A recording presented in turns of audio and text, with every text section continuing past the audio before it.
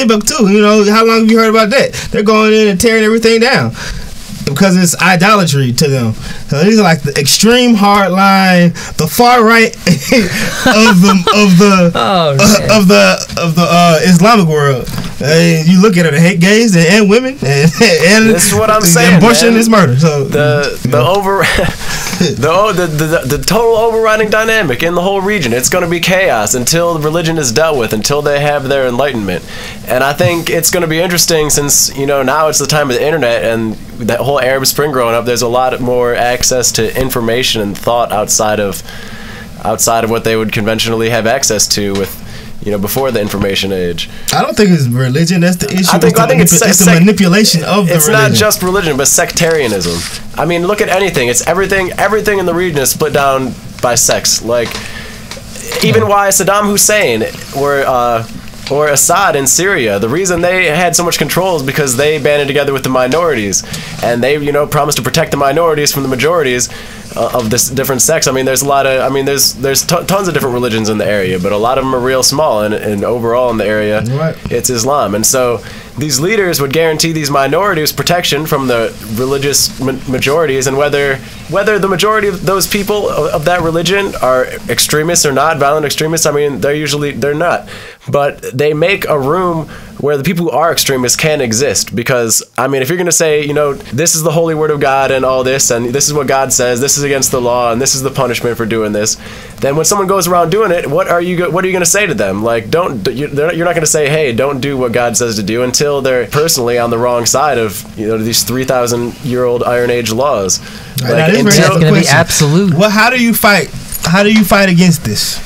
You know, some of us, we have issues with drone strikes, but there's no other conventional way to fight a war like this. You know, we can't.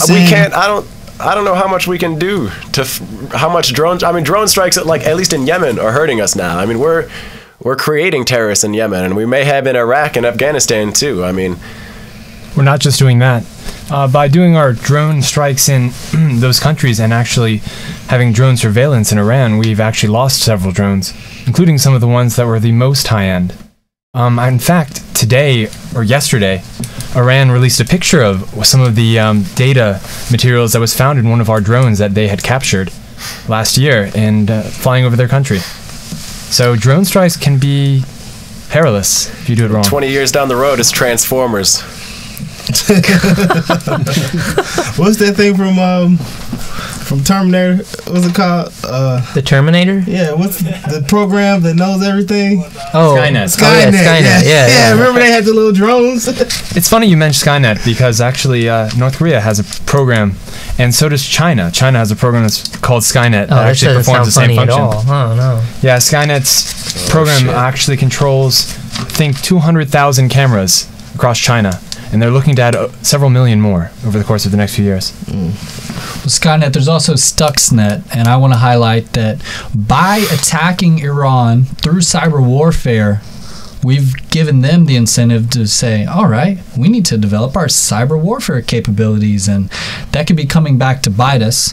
And I will point out that even George Bush, President George W. Bush, said that it wasn't really that Iran threatened us. The threat from Iran is, of course, their stated objective to destroy our strong ally Israel. So it's not that Iran threatens us, but because we participated with Israel and that we've put out Stuxnet, now the United States might get blowback and our industries might get attacked just because we were so tied to doing partially Israel's dirty work for it. But they also hate us anyway. I mean, we overthrew their government in the 1950s. Yeah. We're, you know, they feel like we're always meddling with their stuff. But what you just mentioned, though, they were the ones that started attacking us with cyber warfare first. We weren't the ones who were doing that. They started attacking us, and then we responded and said, well, if you're going to do that, then we're going to attack you back. And in fact, lately, the Pentagon has been insisting that if Iran continues to do that, that they will respond with equal physical responses to the cyber attacks that Iran unleashes. That's great. I hope we do really get physical with Iran, because the sanctions are on. That's what we did with Iraq. We put the sanctions on. That way we can weaken the country, weaken their military, weaken the economy. That way we can just go in there, rah American, take over the country, blow away the military quickly. And I hope that's not what's happening today. You know that's not how it's going to happen, right? Yeah, you know not this is not some little piece of army in the world. This is a highly developed military. After Iraq, we learned our lesson. I mean, Iraq was very strong. Iraq came out of the Iran-Iraq war too strong. So Congress immediately was looking for ways to weaken Iraq. So after the sanctions were on from about 91 to 98. So during that period, the sanctions did crazy amounts of damage. Hundreds of thousands of children died because of the health conditions there. So we weakened them. But you know what Iraq didn't have? They didn't have a Russian ally and a Chinese ally. That is true. They were pretty isolated. Right.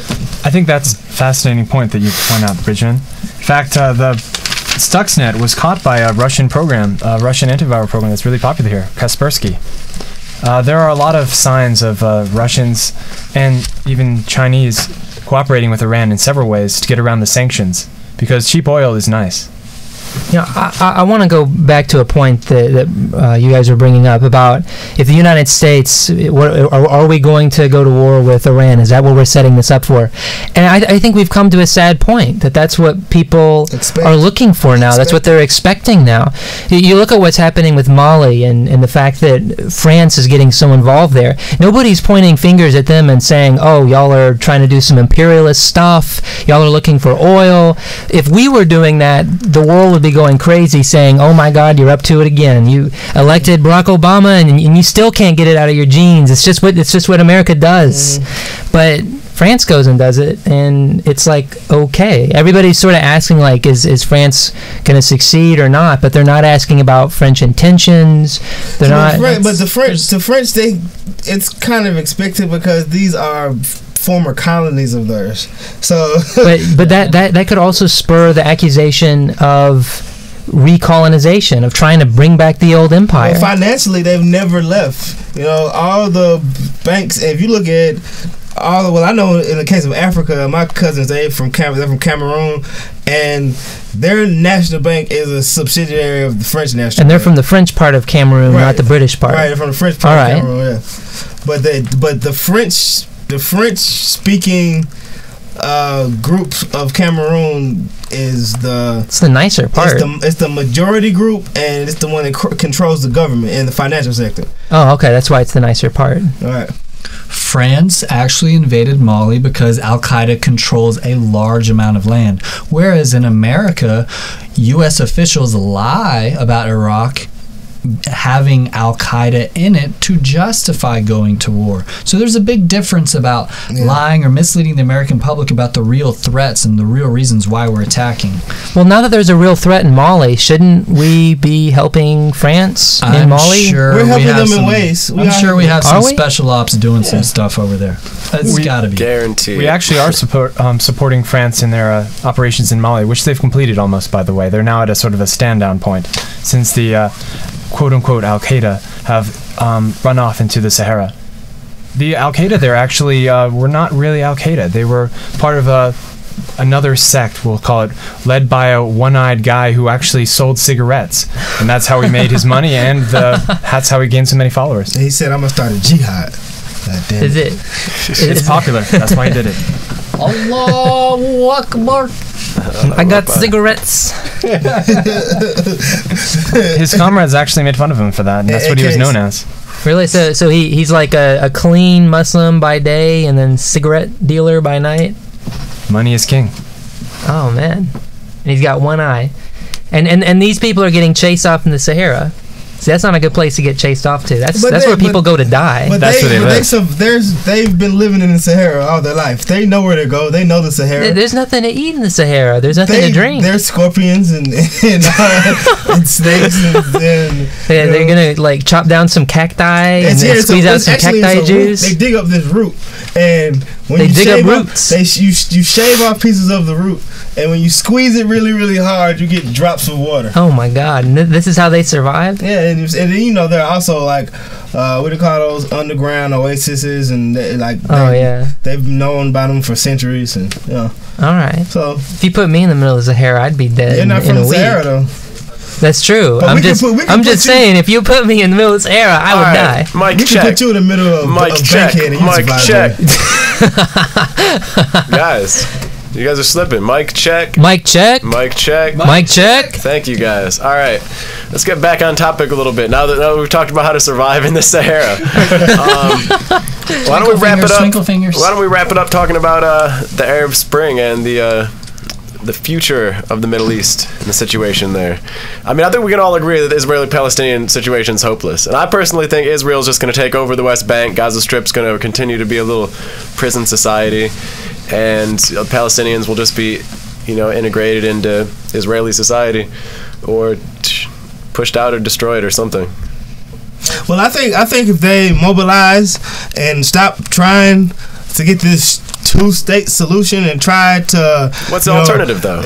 Run for office, get members in parliament of the Israeli parliament. Have some actual influence, get some votes. But if they're not citizens, how are they going to? They're not citizens. Well, get citizenship first. That's first. They're not going to get citizenship. Israel's not going to give them citizenship. Well, that's racist. I'm just going to say it. They actually have 6 or 7 members in parliament already that do have citizenship. And Israeli Arabs. Yes, and the way that their parliamentary system works, which I actually agree with, is allowing each member of the coalition a point of view, and even when you're not a member of the majority coalition, a point of view.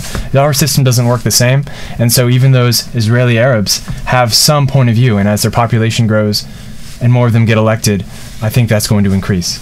All right, wait, the population of Palestinians is growing? The population of the Israeli Arabs is also growing. Okay. Well, so what's the difference between an Israeli Arab and a Palestinian? Citizenship. Okay. All right. It's like undocumented worker. Yeah. But the population of Palestine is shrinking, right? Because people are dying of starvation, right? The population has grown by 4 times in the past year. And that's very scary for Israelis. It's mostly because of migration. People have babies all the time. They're like black people here. But I mean, other than migration, though, I mean, I thought that they were like, really, they're growing like this. Okay, all right. And that's why good stuff. The majority sect of Islam in those areas in the West Bank and the Gaza Strip tend to support larger families. Maybe not from a food source, but just because 4 women, right? 4 women. I'm not going to say anything about that. They have a lot of kids. Also, extremely religious Jews also happen to have a lot of kids because they sort of share a similar philosophy about it. It's like they're competing. And Mormons. Gotta have more kids. That's how you win the battle. Yeah, that has been a tactic. I mean, that might be one of the evolutionary type reasons that homosexuality is prohibited by most major religions. Because I mean, if you've got a good segment of your society not making any babies. Yeah. Well, Iran doesn't have a problem with homosexuality, so it doesn't really matter. Yeah, they don't have homosexuals in Iran. Yeah, that's for sure. That's true. All right. So Arab Spring. Really sad news to see the opposition leader killed in Tunisia. So Tunisia, I've seen some headlines recently about that's going in political crisis. Egypt doesn't look like it's doing too good. See, this is the problem. It all comes back to the same problem. Who gets elected? Who gets the majorities in these countries? It's always at least a moderately religious party. Right. Yeah, but the Muslim Brotherhood, they were organized. They had the ground game. They were organized for decades. They won fair and square. So, it's like the Obama campaign. I'm losing hope on Egypt. I still have hope for... I really have hope for are actually the countries that didn't go into complete revolution, but where the leaders of those countries were at least smart enough to begin transitioning like towards Jordan. transition. Like the Saudis? Yeah, well, no, citizens? Think about Iran and all their problems. I'm not thinking of Iran or Saudi Arabia. I am thinking. Who mentioned Jordan? Morocco took some steps into that. Yeah, I feel like Jordan and Morocco are actually looking a lot better than any of the countries that went into full-fledged revolution. Although